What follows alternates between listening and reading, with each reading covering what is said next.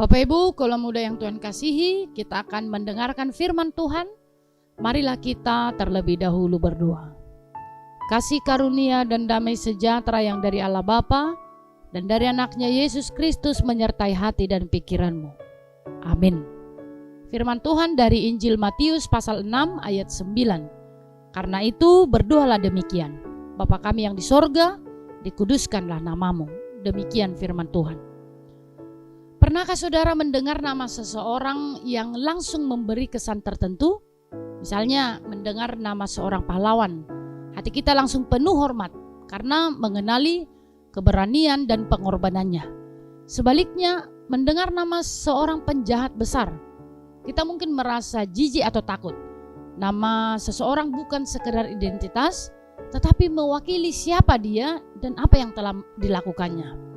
Dalam Matius 6 ayat 9, Yesus mengajarkan kita untuk memulai doa dengan mengatakan, Bapa kami yang di sorga, dikuduskanlah namamu.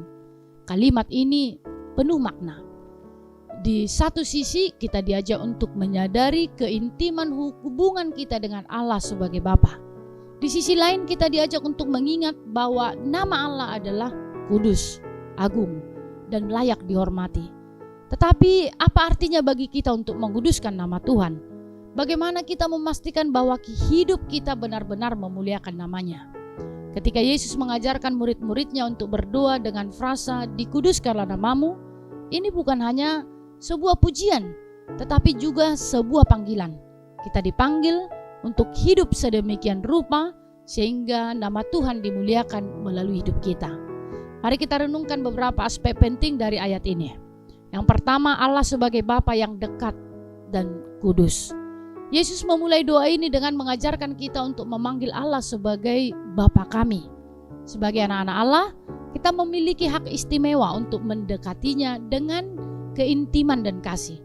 Namun sering dengan keintiman itu kita juga harus mengingat kekudusannya. Allah adalah Bapa yang dekat, tetapi Dia juga Allah yang kudus, yang tak tersentuh oleh dosa. Hubungan ini mengajarkan kita untuk mendekati Tuhan dengan hormat dan penghargaan tanpa kehilangan kasih dan keintiman. Dalam hidup sehari-hari, seringkali kita lupa bahwa nama Allah harus dihormati. Kita mungkin menggunakan namanya dengan sembarangan atau hidup dengan cara yang tidak mencerminkan kekudusannya. Tetapi panggilan untuk menguduskan nama Tuhan berarti hidup dengan kesadaran bahwa setiap perkataan dan tindakan kita mencerminkan siapa Allah bagi dunia. Yang kedua, menguduskan nama Tuhan melalui hidup. Menguduskan nama Tuhan bukan hanya soal apa yang kita katakan dalam doa, tetapi bagaimana kita menjalani hidup ini. Nama Allah menjadi kudus di mata dunia ketika kita sebagai anak-anaknya hidup sesuai dengan kehendak-Nya. Sebaliknya, ketika kita hidup tidak sesuai dengan firman Tuhan, kita mencoreng namanya.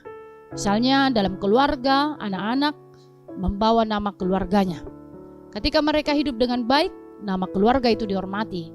Tetapi jika mereka bertindak buruk, nama keluarga itu menjadi bahan celaan. Begitu pula kita sebagai anak-anak Allah, dipanggil untuk menghormati namanya melalui hidup kita. Hidup kita harus mencerminkan kasih, kebenaran, keadilan, dan kekudusan Tuhan. Yang ketiga, penyembahan yang memuliakan nama Tuhan. Dikuduskanlah namamu. Juga adalah seruan penyembahan. Kita menyatakan bahwa hanya Allah yang layak menerima segala hormat dan pujian. Penyembahan ini tidak hanya terjadi di dalam doa atau ibadah di gereja, tetapi juga melalui seluruh hidup kita. Penyembahan sejati adalah ketika pekerjaan kita, hubungan kita, dan keputusan kita mencerminkan penghormatan kepada Tuhan. Penyembahan ini juga melibatkan hati yang sepenuhnya berfokus kepada Allah.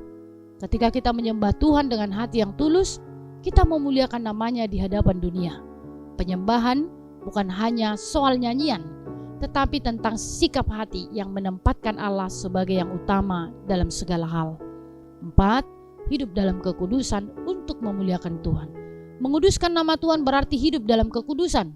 Alkitab mengatakan bahwa kita dipanggil untuk menjadi kudus, seperti Tuhan adalah kudus. 1 Petrus 1 ayat 16. Kekudusan bukan berarti kesempurnaan tanpa dosa, tetapi sikap hati yang terus berusaha untuk hidup sesuai dengan firman Tuhan.